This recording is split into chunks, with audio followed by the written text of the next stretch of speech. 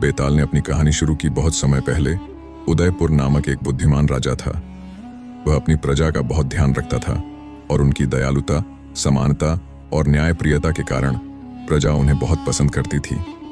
राजा की एक सुंदर और बुद्धिमान बेटी थी जिसका नाम उपमंजरी था। उपमंजरी को जो भी देखता बस देखता ही रह जाता।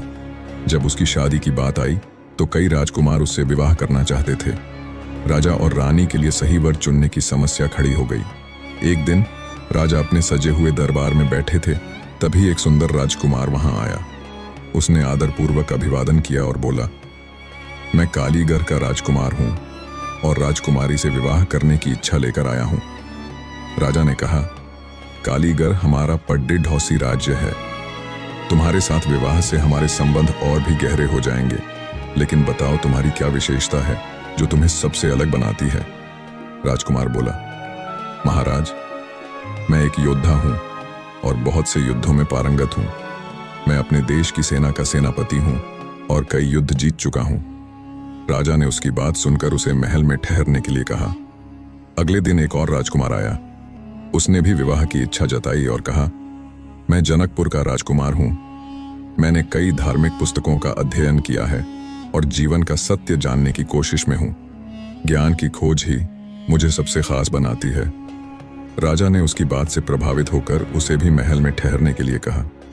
तीसरे दिन वैशाली का राजकुमार दरबार में आया और बोला, महाराज, मुझे प्रकृति माँ का आशीर्वाद प्राप्त है। मैं पशु पक्षियों की भाषा समझ सकता हूँ। राजा ने उसकी इस विशेषता की भी तारीफ की और उसे भी ठहरने की अनुमति दी। चौथे दिन मालवा का राजकुमार आया। उसने कहा, महाराज, मैं बहुत धनी राज्य का राजकुमार हूँ। मेरा मानना है कि धन से ही सब कुछ संभव होता है। मैं एक सफल व्यापारी हूँ और धन कमाने में निपुण हूँ। राजा और रानी चारों राजकुमारों के गुण सुनकर निर्णय नहीं कर पा रहे थे कि किसे अपनी बेटी का वर चुने। अंत में उन्होंने निर्णय उपमंजरी पर ही छोड़ दिया। इतना कहकर बेताल ने राजा से पूछा, राजन, बताइए, उपमंजरी को किस राजकुमार को चुनना चाहिए। राजा ने तुरंत उत्तर दिया, यदि उपमंजरी बुद्धिमान है तो वह कालीगढ़ के राजकुमार को चुनेगी।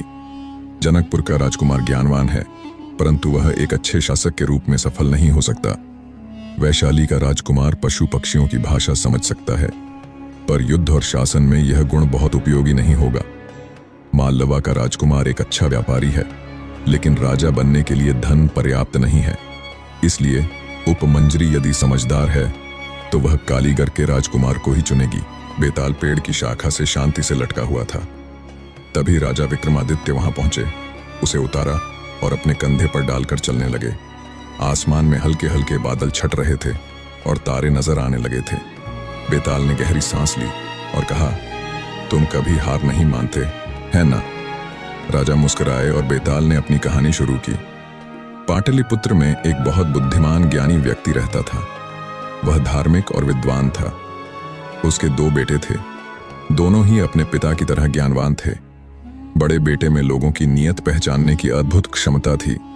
वह किसी के भी बुरे इरादे पहले से ही भांप लेता और लोगों को सचेत कर देता। छोटे बेटे में किसी भी वस्तु को सूंघकर पहचानने की अद्वितीय क्षमता थी।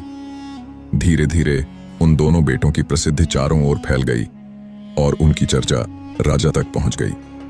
राजा ने दोनों भाइयों को अपने विशेष सलाहकार के रूप में नियुक्त कर लिया।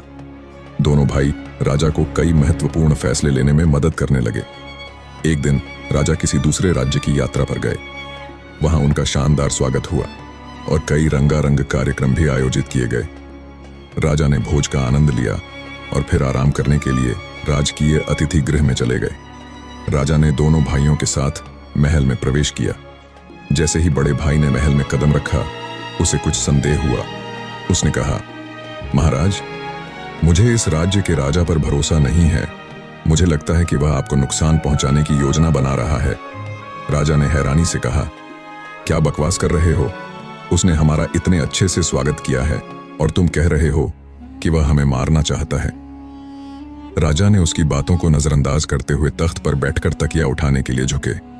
तभी बड़े भाई ने राजा की कलाई पकड़ ली और कहा, महाराज, मुझे माफ करें, पर मुझे कुछ गड़बड़ लग रही है। कृपया इस तकिए की जांच करवा लें। राजा परेशान और नाराज हो गए, लेकिन बड़े भाई की बात नहीं मानी और छोटे भाई से तकिए की जांच करने के लिए कहा। छोटे भाई ने तकिए को सूंघा और बोला, महाराज, इस तकिए में जानवरों के बाल हैं जो इतने नुकीले हैं कि लेटते ही चुभ जाएंगे और आपकी त्वचा को काट देंगे। इसके अलावा तकिए के किनारे पर लगी लेस में जहर लगा हुआ है जो आपकी जान ले सकता है। राजा ने तुरंत तकिए को छूना भी बंद कर दिया और रात भर बिना तकिए के सोए। अगली सुबह वह चुपचाप तकिया लेकर अपने राज्य लौट आए। तकिए की जांच कराने पर पता चला कि दोनों भाइयों की बुद्धिमानी सही थी। राजा ने उन दोनों को उनकी सेवा के लिए बहुत इनाम दिया। बेताल ने पूछा, राजन, दोनों भाइयों में से कौन ज्यादा चतुर और गुणी था? राजा विक्रमादित्य ने मुस्कुराते हुए उत्तर दिया, बड़ा भाई ज्यादा चतुर था। उसी ने सबसे पहले मेजबान के गलत इरादे को पहचाना था। छोटे भाई ने तो सिर्फ बड़े भाई की शंका की पुष्टि की थी। आगे क्या हुआ जानने के लिए हमारे चैनल को सब्सक्राइब करें